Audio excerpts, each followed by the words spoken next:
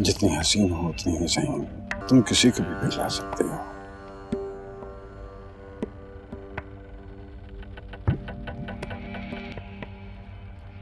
किसी को भी बदल सकते हो।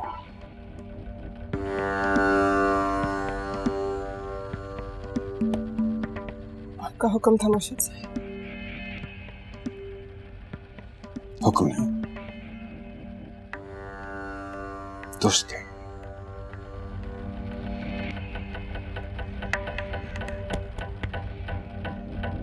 आइंदा से तुम जो कुछ मेरे लिए करोगे या मैं तुम्हारे लिए करूंगा, उसमें ये पीरी मुरीदी हुक्म तामीर ये सब कुछ नहीं होगा, सिर्फ दोस्ती होगी।